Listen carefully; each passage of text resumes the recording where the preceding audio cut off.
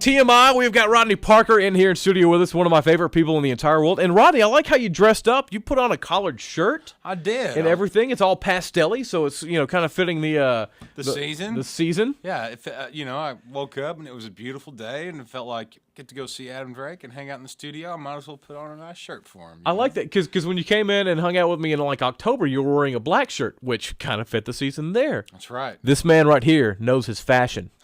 We'll get him to break down some fashion advice for us a little bit later on. Lord.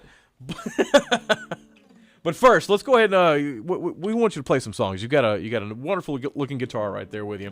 Yes, I do. Might as well put it to use, right? Might as well. Okay, so someone requested guitars earlier. By the way, Country Girl, thank you very much for saying I look great. Wow, look at there. Yeah. But he does have a song called "I'm Never Getting Married," so don't flatter him too much. All right, guitars.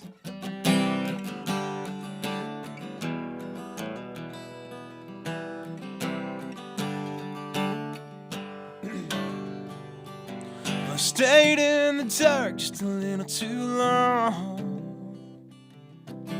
I can't see it, but I know it's true. It might be the sun or it might be a song, but something is coming alive in you. So bring me a jar full of lightning bolts. I'll take my hand and move your feet. Shine a light on the ditch that I have dug. Put your fingers on your wrist and count to me, 'cause I've been waiting, staring up at the stars. And I've been waiting for the beat or the morning light, anticipating the part where the music starts. Well, the guitars are coming alive tonight. The guitars are coming alive tonight.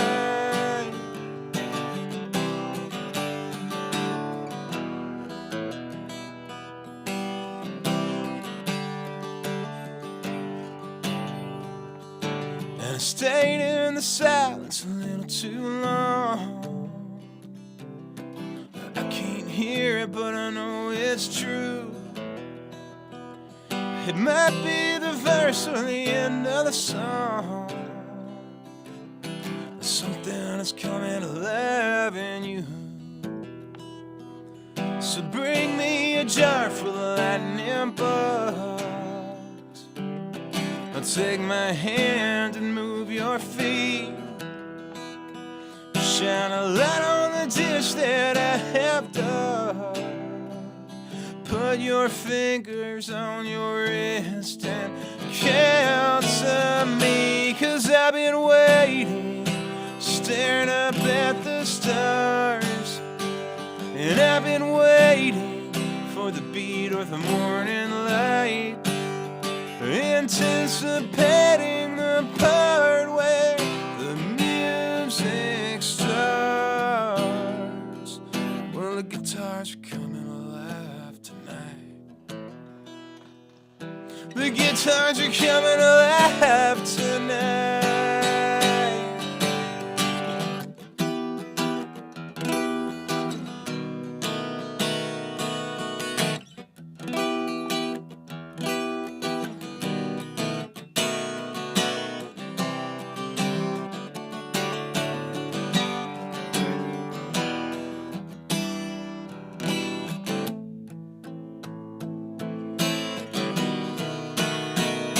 And I've been waiting, staring up at the stars.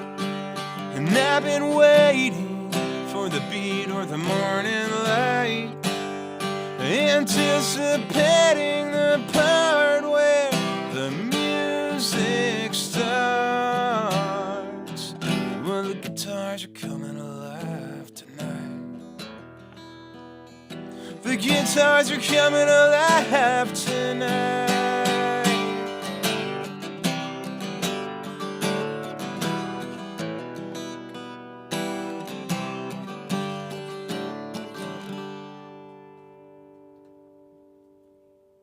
absolutely love that song, Rodney. Thank I you. remember when I first got that in, I was like, dude, this is great.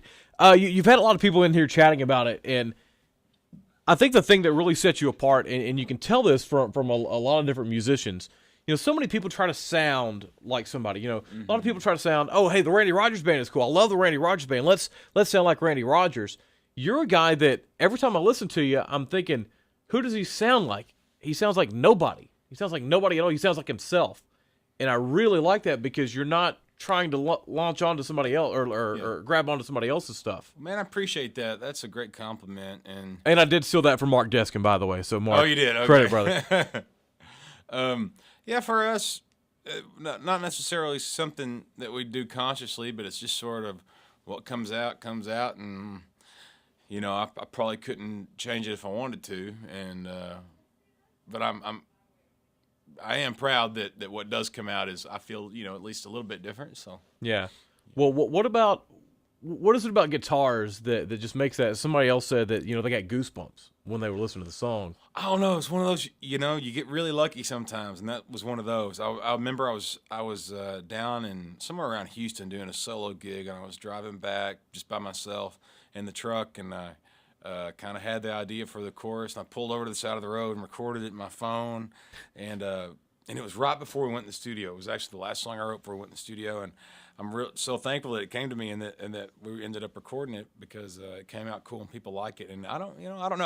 I wish I knew how to, make goosebumps happen on a regular basis. I would write more songs like that. But I'm glad that I get one every now and then.